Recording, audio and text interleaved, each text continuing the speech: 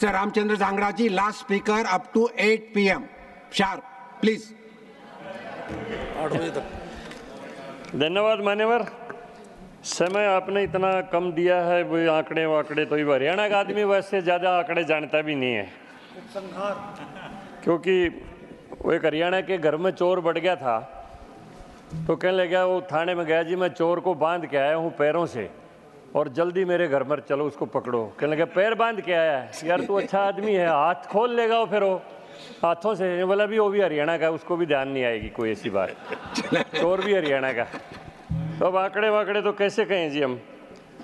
मैं तो ये कहता हूँ कि कुछ परिवर्तन ऐसे होते हैं जी जो आम समझ में बहुत छोटे होते हैं, लेकिन उनका असर इतना गरीब आदमी के लिए दूरगामी होता है।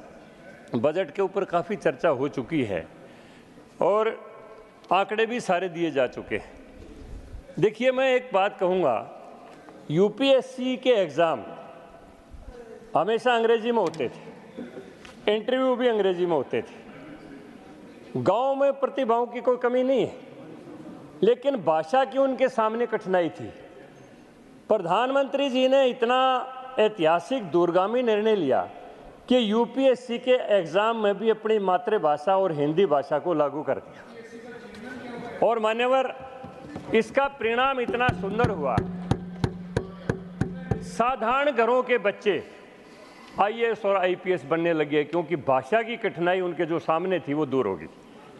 ये निर्णय बहुत छोटा सा दिखाई देता है, लेकिन गरीब आदमी के लिए इसके कितने दूरगामी परिणाम हैं, ये सारे देश के सामने अब बातें आई हैं। यहाँ तो औपनिवेशिक मानसिकता से पूरा देश चलता रहा। तो मान्यवर, क्योंकि समय 1-2 ही मिनट है, 2 मिनट, तो चलो मैं तो एक फिर हरियाणवी मिसाल के साथ ख़त्म करूँगा बस। फिर चलो करेक्ट। हरियाणा में एक आदमी बीमार हो गया, काफ़ी उसको शरीर में तकलीफ़ थी, तो हॉस्पिटल में बेड के ऊपर लेटा हुआ था। नर्स आई, नौजवान थी, बड़ी सुंदर थी, और उसने उसका हाथ पकड़ के कहने लगे, ताऊ क्या तकलीफ़ है? तो कहने लगा, हाथ पकड़े रहे बस, मेरा कोई तकलीफ नहीं। यानी मोदी जी हमारा हाथ पकड़े रहो, फिर हमने कोई तकलीफ नहीं, सारी तकलीफ दूर हो जाती है जब मोदी जी हाथ पकड़े हुए हैं। तो मैं इन्हीं बातों के साथ, आपने 2 मिनट दिया, आपका धन्यवाद करता हूँ, बहुत बहुत धन्यवाद।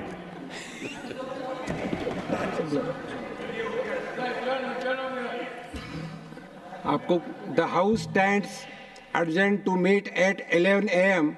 on Wednesday, the 31st July 2024. Thank you.